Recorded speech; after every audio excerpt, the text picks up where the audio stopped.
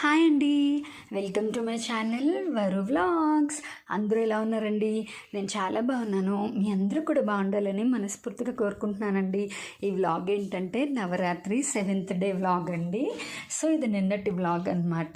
ఈ వ్లాగ్ వచ్చేసి full video నా ఛానల్లో అప్లోడ్ చేశాను, వెళ్ళి చూసేయండి ప్లీజ్ అండి. నా లాంగ్ వీడియోకి షార్ట్ వీడియోకి లైక్ ఇచ్చేయండి, అలాగే నా ఛానల్ని కూడా సబ్స్క్రైబ్ చేసేసుకోండి.